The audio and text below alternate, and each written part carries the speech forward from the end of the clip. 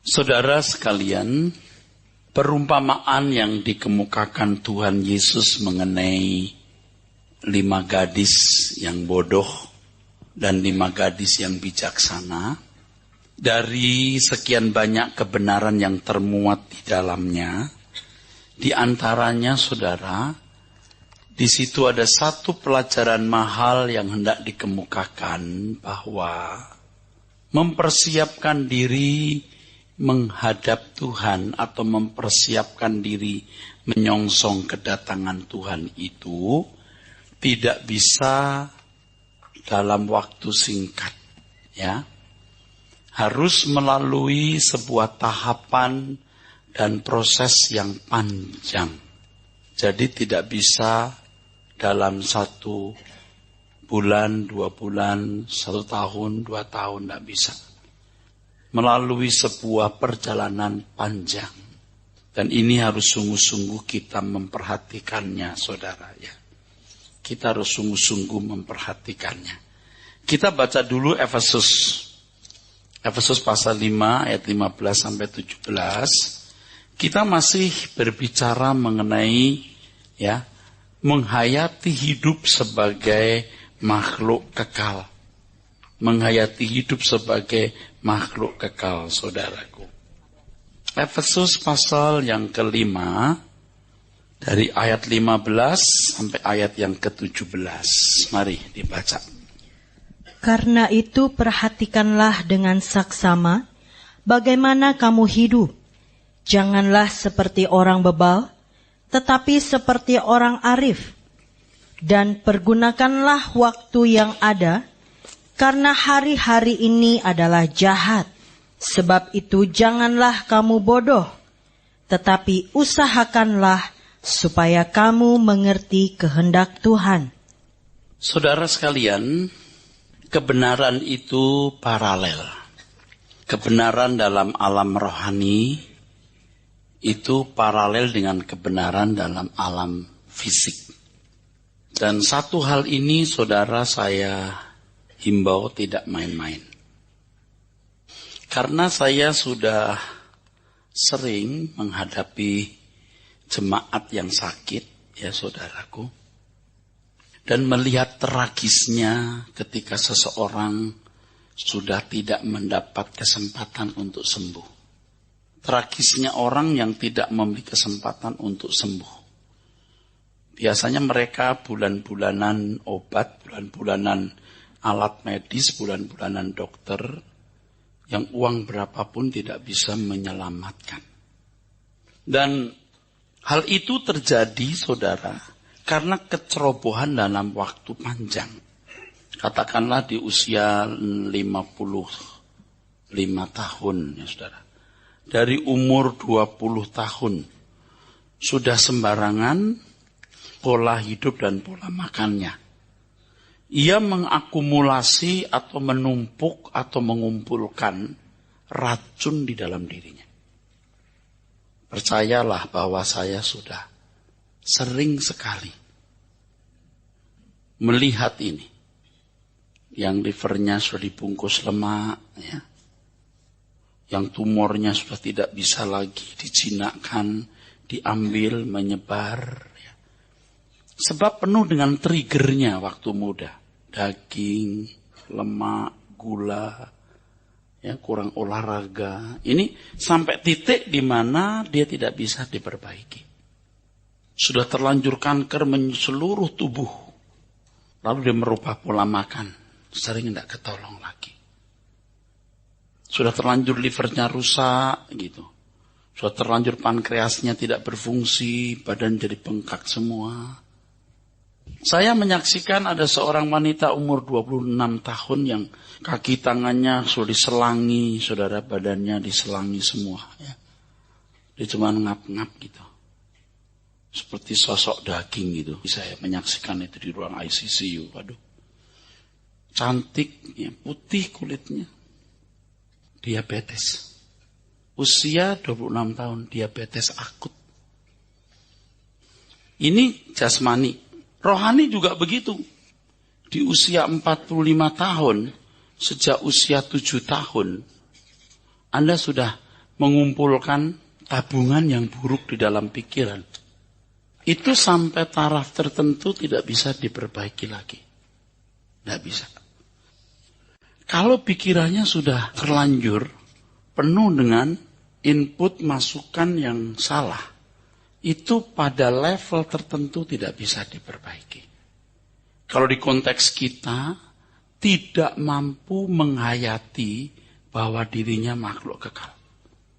Tahu hidup itu mampir minum, tahu manusia itu fana, tahu bakal mati, tahu ada surga dan neraka, tahu satu hari jantungnya berhenti berdetak, tapi tidak mampu menghayati bahwa dirinya makhluk kekal.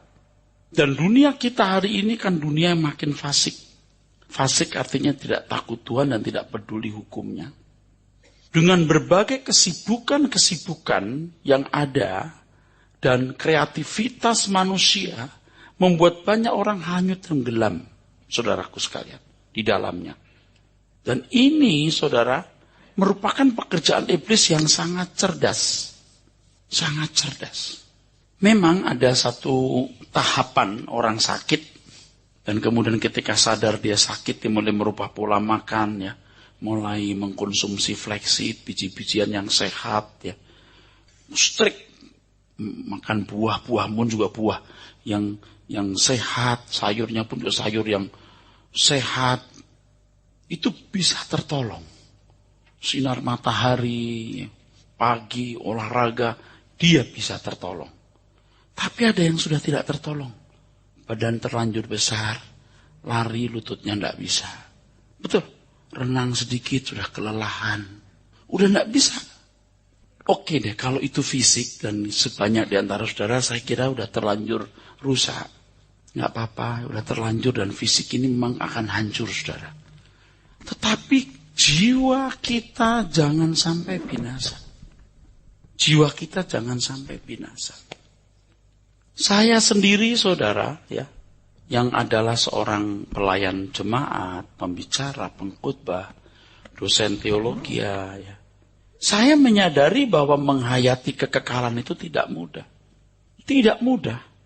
Karena jiwa dan pikiran kita itu sudah dicengkeram oleh kesadaran seakan-akan kita memiliki kesempatan hidup hanya sekali di bumi.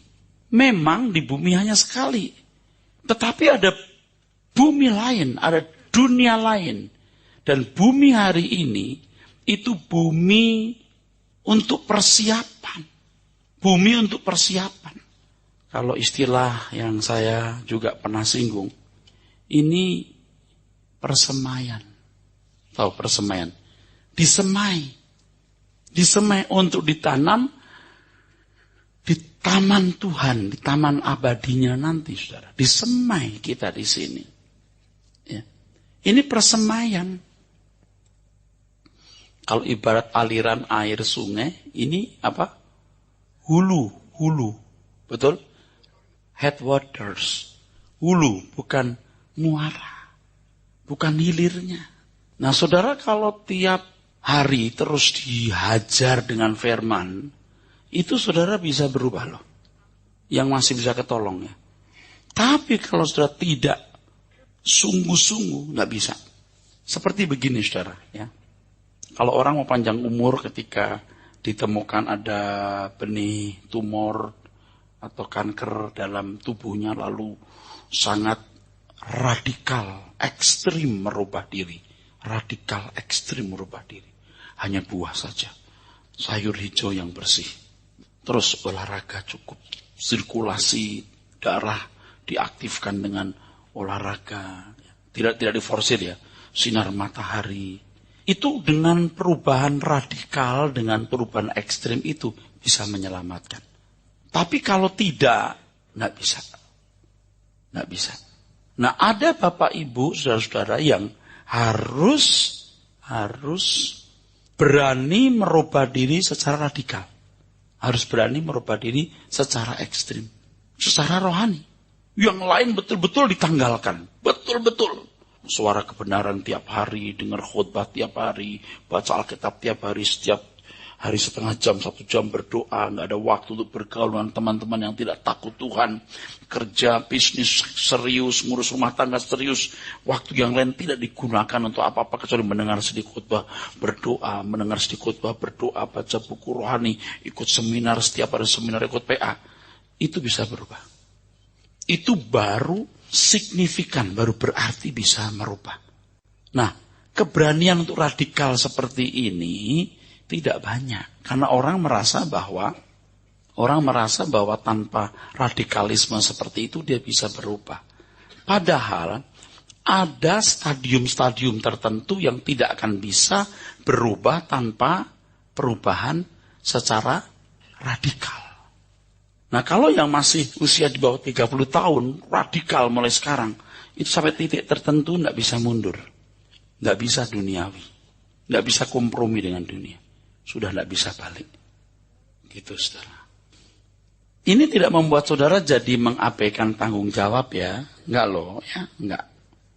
Tanggung jawab hidup dalam rumah tangga. Ya. Bekerja, bisnis, karir, mengembangkan potensi. Wah, itu mutlak harus terus dijalankan ya. Dan saya kira banyak di antara Bapak Ibu yang harus berani melakukan perubahan secara radikal. Harus berani. Jadi hal-hal yang tidak perlu dilakukan, jangan dilakukan. Kalau dulu nonton film seminggu 3 kali, sekarang sebulan sekali. Atau sebulan 2 kali, atau enggak usah sama sekali.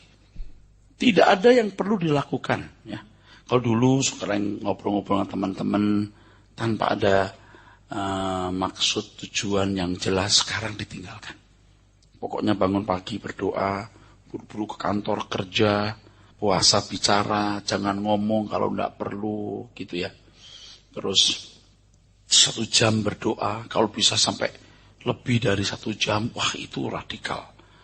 Dengerin CD khotbah di jalan, jam kantor kosong, baca buku rohani, baca renungan harian, terus gitu ya.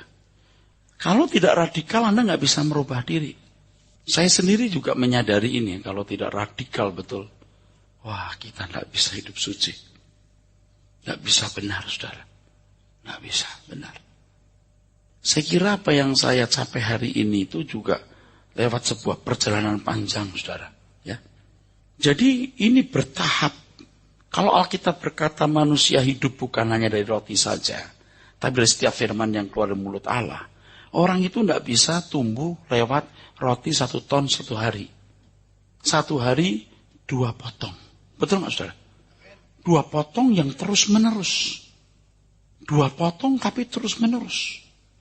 Tuhan tentu adil ya. Tidak bisa saudara seperti 5 gadis yang bodoh yang kehabisan minyak lalu cari minyak lalu dapat gitu. Nggak bisa.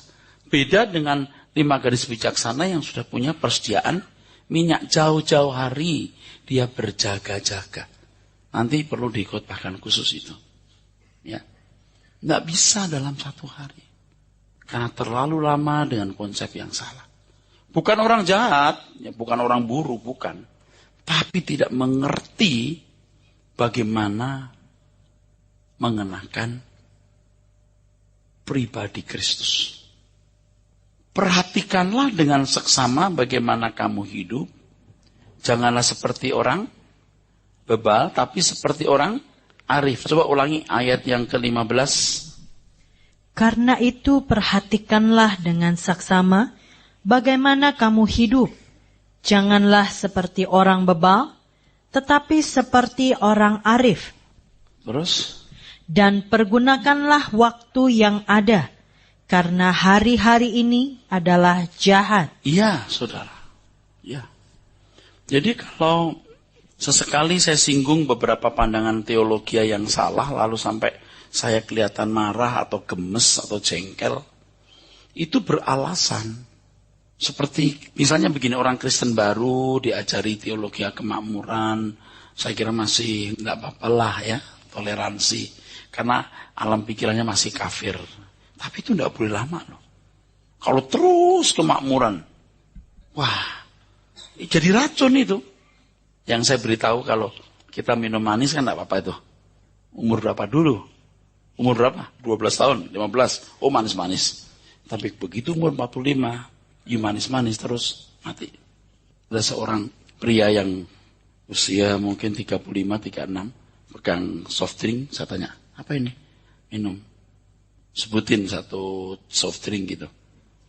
Botolnya cukup gede, itu dipegang cukup gede. Kamu udah gak boleh minum ini, saya bilang. Panas banget, Pak. Nah, kan panas nih, glek, enak nih, gitu ya. Sodanya kan enak. Itu kan jadi kayak kokain gitu. Duk. Terus besok lagi, duk. Rusak loh, betul? Nanti kalau pankreas rusak, ginjal rusak, you gak bisa perbaiki. Mungkin ada bapak ibu di sini yang, atau saudara yang di sini nganggur, gak punya pekerjaan, masa depan gak jelas, orang tua miskin, lalu saudara berkata, ya, saya gak punya apa-apa. Gak mungkin saya berhasil, gak mungkin saya sukses. Coba saya tanya, matamu berapa? Tanganmu berapa? Telingamu? Bisa dua dengar? Bisa. Itu modal yang tidak ternilai. Gimana kalau matamu satu dibeli 10 miliar? Anda kasih nggak? Kasih nggak? Enggak. Gimana kalau telingamu dipotong, satu diambil, gendang telinganya, dibayar 10 miliar? Belum tentu dia mau. Ini luar biasa kelengkapan ini, saudara. Ini mahal sekali. Ini. Mahal sekali. Nah, betapa berharganya kita. Betapa berharganya kita. Itu belum kesadaran, kecerdasan, dan segala potensi yang ada dalam diri kita, yang sifatnya bukan indera jasmani, tapi indera rohani, yang memungkinkan kita bisa mengerti kehendak Tuhan. Betapa hebat. Jadi waktu kita bangun pagi itu, waduh Tuhan, aku bersyukur. Aku masih boleh hidup. Kita karena sering ya, bangun tidur, sehat, besok lagi bangun tidur, enggak masalah. Kita meremehkan anugerah itu. Padahal Alkitab mengatakan di sini apa? Pergunakanlah waktu yang ada, karena hari-hari ini adalah jahat. Waktu ini bertahap. Nah, saya ketika menyampaikan firman mengenai bagaimana menghayati makhluk kekal, ciri dari orang yang menghayati makhluk kekal adalah selalu mencari kebenaran untuk dikenakan. Dengan demikian akan selalu haus dan lapar akan kebenaran. Dan Tuhan memberikan kita kelengkapan yang sempurna ini, baik indera jasmani maupun indera rohani, manusia lahiriah maupun manusia batiniah, yang semua ini kalau dimanfaatkan, digunakan luar biasa. Jangan kita terlena dengan berbagai kesenangan-kesenangan. Saya mau mengajak Anda ekstrim. Ekstrim yang positif. Ya, udah kita harus radikal dan berani ekstrim berubah. Seperti yang tadi saya katakan, kalau orang sakit dalam stadium tertentu, ekstrim berubah, dia sembuh. Tapi kalau nggak ekstrim, nggak ketolong. Betul? Ada yang ekstrim bagaimanapun, nggak bisa sembuh karena ia tidak mampu ekstrim juga. Tidak mampu ekstrim juga, karena udah nggak mampu. Fisiknya nggak bisa dibuat ekstrim. Itu fisik jasmani. Sama dengan rohani. Jadi Bapak Ibu kalau di sini Bapak Ibu sombong ya. Apa namanya sombong. Rasa nggak perlu, nggak butuh gitu terus. Anda sombong. You are nothing. Bukan saya mau menghina. Emang you nggak ada apa-apanya. You jangan sombong. You binasa. You mengharapkan saya bicara lebih keras dari ini. Ketika kamu melihat kekekalan. Dan saya serius ini. Dengan hidup ini saya serius. Saya serius memikirkan kekekalan. Dan saya memaksa diri saya untuk serius memikirkan kekekalan. Kalau Tuhan berkata, kumpulkan harta di surga. Betul nggak? Matius pasal 6 ayat 19-20. Betul? Kumpulkan. Itu lewat tahap-tahap. Itu tidak seketika jebret gitu. Enggak. Lewat tahap-tahap yang ketat. Strictly, ketat. Tahap-tahap yang ketat, saudaraku. Maka kita tidak boleh menukar hak kesulungan kita dengan semangkok. Kenapa nggak semangkok mutiara? Semangkok makanan saja. Itu juga punya maksudnya loh. Saya kasih tahu ya. Ibrani pasal yang ke-12, ayat 16-17. Anda percaya nggak kita sering cabul? Jinah Zina rohani. Mestinya berlutut berdoa. Sibuk gitu nonton TV gini sampai 2 jam nih. Tapi doa 15 menit aja enggak. Itu zina enggak? You mendewakan tontonan lebih daripada Tuhan. Diajak teman jalan-jalan, you bisa dari sore sampai malam jam 11. Tapi setengah jam mana berdoa. Kira-kira you itu pantas enggak disebut sahabat? Nah, di sini saya juga menjelaskan. Tidak ada persahabatan yang dibangun dalam 1 hari. Tidak ada. Tidak ada. Saya mau tanya, ada enggak? Bohong dia. Tidak mungkin kita bisa saling mengenal waktu singkat. Kalau Anda berkata, oh tapi kalau Tuhan enggak begitu. Oh, enggak mungkin. Tokoh-tokoh iman perjanjian lama tidak ada yang bisa menjadi baik dalam waktu mendadak. Semua proses panjang. Jangan cabul dong dengan semangkok. Kacang merah ada murah banget. Murah, tapi ini bisa mengganggu pertumbuhan iman saudara. Semangkok, jalan-jalan dari jam 6 sampai jam 10 malam. Semangkok gitu. Nonton infotainment 2 jam. Semangkok itu. Belum yang lain. Kadang-kadang ya, misalnya nyuci mobil. Bisa dikerjakan orang lain. Orang lain dikerjakan. Kutak-kutik ngapain gitu loh. Wah, dulu saya suka begitu karena saya orang gelidik kan, saudara. Sekarang saya nggak mau. Yang ini bisa dikerjakan orang lain, kerjakan. Buat apa saya? Bayar. Ngapain saya sibuk itu hal seperti itu. Tapi irit duit berapa? Betulin itu kipas angin. Wah, kalau dibetulin sama orang nih bisa sampai 150.000. Lu kutak-kutik 2 jam. 2 jam 150.000? Ya kalau nggak punya duit saya mengerti. Tapi kalau Anda punya uang, kenapa mesti? Coba pikirkan, saudaraku. Hal yang sia-sia begitu. Bergaul dengan orang yang kalau kita diskusi, kita dialog tidak mendatangkan sesuatu yang menjadi berkat. Buat apa kita bergaul dengan orang-orang begitu? Itu semangkok makanan. Coba dibaca. Ayat 16. Janganlah ada orang yang menjadi cabul, atau yang mempunyai nafsu yang rendah seperti Esau, yang menjual hak kesulungannya untuk sepiring makanan. Saudara, kalau terbawa oleh satu hal, perasaanmu terganggu oleh satu hal yang sia-sia, itu rendah. Itu rendah. Contohnya nih ya, Persipura sama Persib. You sibuk di situ. Itu rendah. Ya Pak, yang wajar aja. Ya itu wajar menurut dunia, tapi nggak wajar menurut anak Tuhan. Ketika Anda digelandang masuk ruang ICU, apa artinya itu Persib dan Persipura? Apa itu artinya? Uang dan harta saudara. Jangan enggak nurut saudara. Saya bukan sekedar khotbah loh ini. Saya menasehati saudara di dalam nama Tuhan Yesus Kristus. Jangan ada yang saudara anggap sebagai masalah besar sampai nggak bisa tidur, sampai stres. Nggak perlu. Saya juga banyak masalah, tapi tetap saya lewati karena saya punya tujuan. Langit baru, bumi baru. Saya bersyukur karena Tuhan terus memberikan saya hikmat-hikmatnya yang tidak ada habis-habisnya, saudara. Supaya Anda itu benar.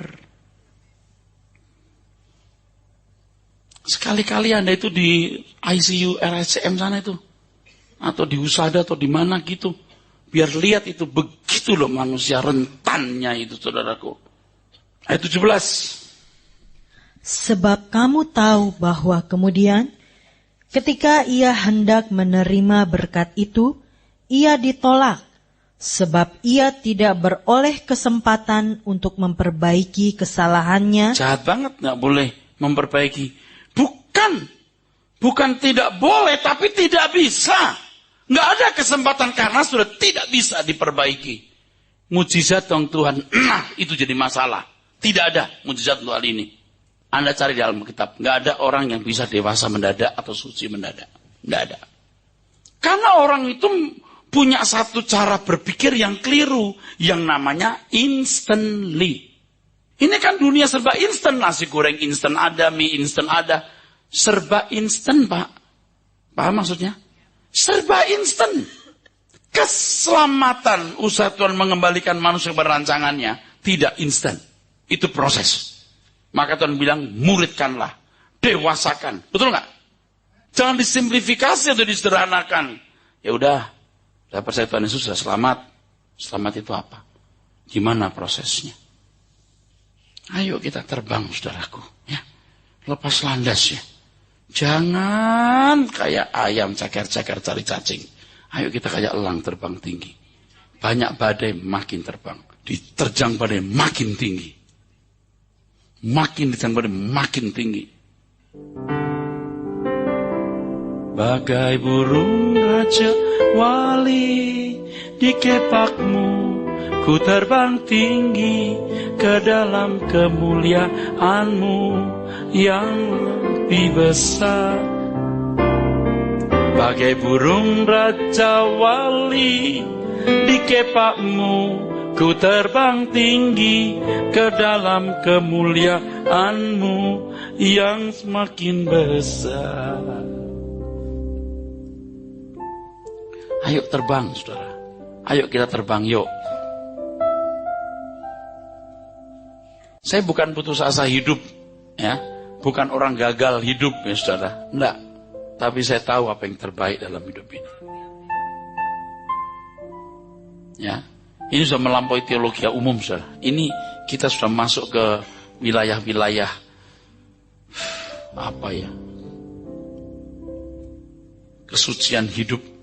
Kalau bahasa teologi ada pietisme, ada, kalau bahasa umum ada sufi, kita ke arah batinnya itu, ya. Dan saudara bisa melakukan. Jangan kecil hati, Anda bisa melakukan. Amin. Anda bisa jadi orang-orang hebat. Matamu dua, telingamu dua. Anda punya pikiran, ini hebat sekali, saudara.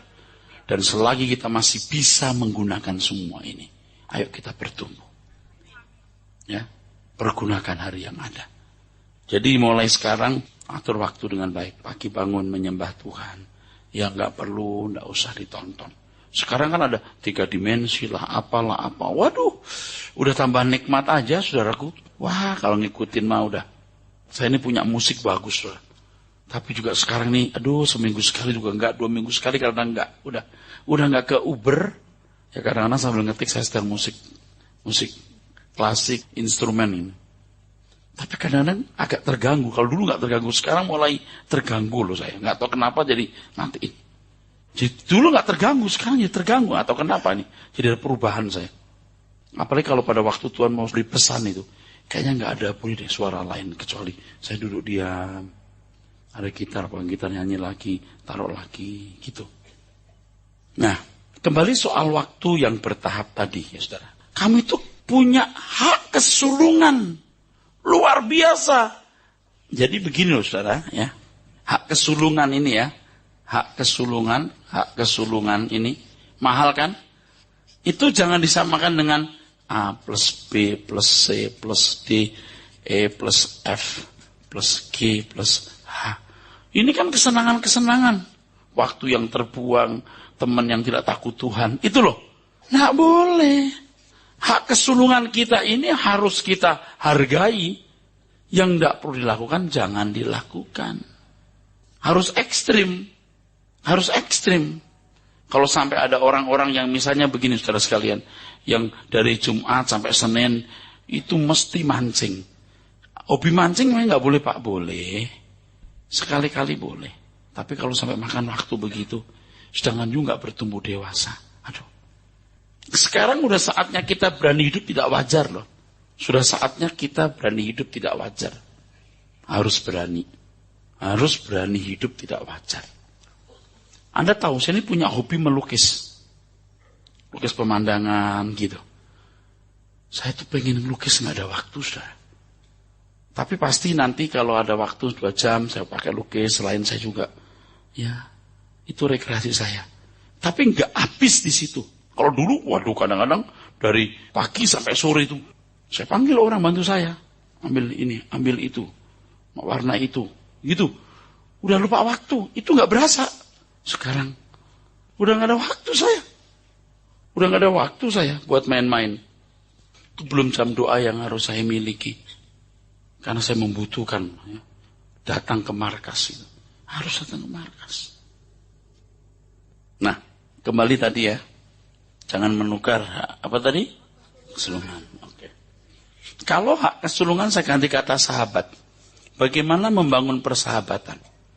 Kalau Anda tukar dengan hal-hal lain, Anda nggak pernah jadi sahabat Tuhan. Bahkan kalau saya nih ya, kalau mau nih, Kalau saya sudah nggak seperti dulu lagi, saudara. Waktunya sudah padat banget, saudara. Ya. Kalau Anda punya waktu 1 hari, pagi 1/2 jam, malam 1/2 jam. Pagi 1 jam, malam 1 jam. Wah, Anda luar biasa. Tapi dibimbing oleh suara kebenaran loh. Nanti kalau enggak, Anda jadi mistik. Jadi mendengar suara Tuhan. Jadi kayak dewa gitu. Tahu nggak? Yang begitu tuh. Aduh, tolong deh. Ngabur. Itu jangan macam-macam. Mentang-mentang berdoa banyak lalu dikit-dikit ada suara Tuhan. Emang gak ada suara Tuhan? Tuhan akan bicara kepada saya. Gak usah bicara sama kamu. Gak ada begitu. Jadi sok nanti. Urusanmu sendiri dulu yang benar. Nah, dipandu dengan suara kebenaran 1 hari 1 jam, 2 jam. Anda luar biasa. Lalu Anda nanti bisa mendapatkan verifikasi begini. Pendeta ini benar. Pendeta ini gak benar. Tahu, ini rohnya lagi bersih. Rohnya lagi keruh. Anda kan peka. Wah, ini pewahyuan. Oh, ini cuma teologi biasa. Anda bisa mengerti. Ini perkataan dari Roh Kudus ini. Ini perkataan Bapak nih. Ini bukan perkataan manusia. Anda bisa tahu. Saya kira sebagian saudara juga sudah tahu. Ketika Anda mendengar kebenaran, lalu Anda berkata, kok bisa tahu ya orang ini? Wah, ini bukan manusia yang ngasih tahu. Dan memang tidak ada di buku teologi. Nah, lewat 1 jam berdoa tiap hari, 2 jam berdoa tiap hari, meditasi ya. Di tengah hidup pikuk dunia ini, mendengar suara kebenaran terus dikhotbah diulang-ulang. 1 kali nggak cukup. Kadang-kadang kan lagi naik mobil, ada apa? Hilang 5 menit. Ulangi lagi, ulangi lagi, ulangi lagi. Jadi milikmu. Dan tanpa saudara sadari, nanti kalau ngomong sama orang, Anda kayak pendeta. Saya kira sudah banyak yang dipanggil pendeta. Kamu kayak pendeta? Saya bukan kayak pendeta, saya kayak pelita. Anda kan mulai bisa ngomong soal Tuhan. Lalu kalau orang ngomong, ya duniawi banget ini orang. Ya dia nggak ngerti. Anda mulai tahu. Karena Anda punya antena makin tinggi. Nangkep siaran Tuhan. Makin tinggi. Nah, lewat perjalanan panjang itu, mendengarkan sini khotbah, berdoa, saudara membangun persahabatan dengan Tuhan. Tidak ada persahabatan yang dibangun dalam waktu 1 hari. Tidak ada, saudara. Saya ini belum merasa jadi sahabat Tuhan yang ideal. Belum. Saya mau lebih ideal dari sekarang. Loh, Anda kan nanya, loh Pak Era saja masih begitu apalagi saya. Ya biarin. Makanya masih jauh jalanmu. Ya, ayo. Kejar ketinggalanmu. Perubahan secara apa tadi? Radikal dan ekstrim. Tahu ekstrim? Kan kadang-kadang gini, orang, aku mau diet gitu ya. Terus ada makanan yang mesti gak boleh dimakan. Kali ini aja, ya kan? Besok kali ini, lama-lama berkali-kali. Oke? Aku mau olahraga sekali. Wah, gak boleh loh. Langsung keras harus cuma 10 menit. 10 menit. Besoknya gak olahraga lagi. Nanti 20 lagi olahraga lagi. Nggak signifikan. Harus 45 menit. Minimal 300 kalori. Besok pagi baru signifikan. Dengan intensifnya Anda mencari Tuhan itu, maka Anda membangun persahabatan. Dan saya rindu semua saudara jadi sahabat Tuhan. Bukan, saya ini sahabat. Rasul sahabat Tuhan. Saya dekat sekali dengan Tuhan. Saya bisa ngobrol sama Tuhan. Tuhan dekat banget sama saya. Tadi pagi makan bareng ya. Kalau saudara, saudara saya doakan aja. Nanti bisa masuk surga, diberkatiannya pinter-pinter ya. Usahanya maju, saya doakan. Ngerti nggak cara nabi palsu begitu? Itu nabi palsu. Nabi yang benar tidak begitu. Semua kita harus jadi sahabat Tuhan. Semua kita istimewa di mata Tuhan. Semua kita harus jadi mempelai Tuhan. Nah, perlu saudara ketahui bahwa dunia kita itu penuh jebakan. Penuh jebakan. Tanpa saudara sadari banyak jebakan. Trap. Banyak jebakan. Jebakan itu bisa lewat orang paling dekat, suami atau istri, teman dekat, apalagi jebakan, kesibukan, kesenangan, hobi, jebakan. Dan saudara harus teliti, ini menjebak saya ini. Saya lagi senang nih, hobi apa, hati-hati. Hati-hati. Termasuk Anda bisnis yang Tuhan tidak kehendaki Anda bisnis di bidang itu. Jebakan, trap. Wah, untungnya besar itu. Oh, enggak. Habis punya uang di situ dan pikiranmu tersedot di situ sampai engkau enggak bisa konsentrasi dengan Tuhan atau kepada Tuhan. Ada banyak jebakan-jebakan. Dan jebakan-jebakan itu akan menguras energi rohani kita. Menarik energi kita, energi rohani kita. Yang mestinya bisa kita gunakan bersahabat dengan Tuhan, akhirnya sia-sia. Dan banyak jebakan-jebakan itu, saudara. Seperti yang saya pernah ngomong, reuni, ketemu teman lama, itu jebakan-jebakan. Lagi senang hobi apa. Kalau ibu-ibu itu ya ada midnight sale ke apa. Dia lebih murah, oke, dia lebih murah. Berapa lebih murahnya? Kadang-kadang Anda beli, Anda juga pakai akhirnya. Itu jebakan, midnight sale. Bisa jam 2 pagi baru pulang. Itu belum macetnya minta ampun. Saya sekali-kalinya midnight sale. Sekali-kalinya seumur hidup. Itu pun diajari teman. Midnight sale yuk malam. Apa sih? Ini, sampai malam. Supaya nggak antri. Pembantu kita suruh antri dulu. Belum beli barang, suruh antri dia. Oh gitu ya. Terus kita belanja, kasih dulu. Terus dia berdiri begini. Udah sampai di ini, mundur. Orang lain suruh masuk. Pembantunya megang aja. Jam 1, jam 2 pagi baru pulang. Kadang-kadang malam minggu, justru banyak malam minggu. Besoknya di gereja teman-teman, amin terus, kebaktian. Firmannya bagus banget, tapi saudara tidak menangkap karena midnight sale. Emangnya begitu dosa, Pak? Ya terserah standarmu seberapa. Kalau standarmu rendah, itu biasa. Biasa. Alah Pak, nggak sebulan sekali ketemu teman, kita ngobrol jam 2 pagi, ya kita kelaping lah sekali-kali. Enggak. Satu kali pun enggak, kelaping lah, enggak. Lewat jam 11 pulang ke rumah. Saya cerewet jam 11, telepon anak saya, kamu di mana? Dengan siapa? Kenapa mesti malam? Biarin. Saya mesti telepon. 2 hari yang lalu saya masih bilang, kamu jangan keluar malam, nak. Deket, di rumah saya itu ada, ya adalah yang kayak supermarket kecil yang ada minumannya gitu. Di situ. Saya di sini Pak, enak. Selangkah, jalan kaki sampai. Tapi tetap enggak boleh. Ngapain? Anak-anak muda apalagi. Ini enggak clubbing. Oh boleh clubbing saya disiplin habis. Enggak boleh. Waktu itu enggak boleh sia-sia. Nah, banyak trap-trap seperti itu yang membuat energi rohani kita kesedot. Mestinya energi rohani kita ini bertambah, ketemu orang yang takut Tuhan, jam doa, dengerin CD khotbah, datang ke suara kebenaran. Energi kita ditambahkan. Anda kan mendengar energi khotbah nih, ya. Harus nanti lebih banyak kita juga menyembah. Ini pemain musik pun harus punya hati yang menyembah. Aku sedang melayani Tuhan, bukan sedang main musik. Apa kalau pintar bergaya? Aduh, rusak. Jadi begitu jemaat hadir itu mulai haleluya.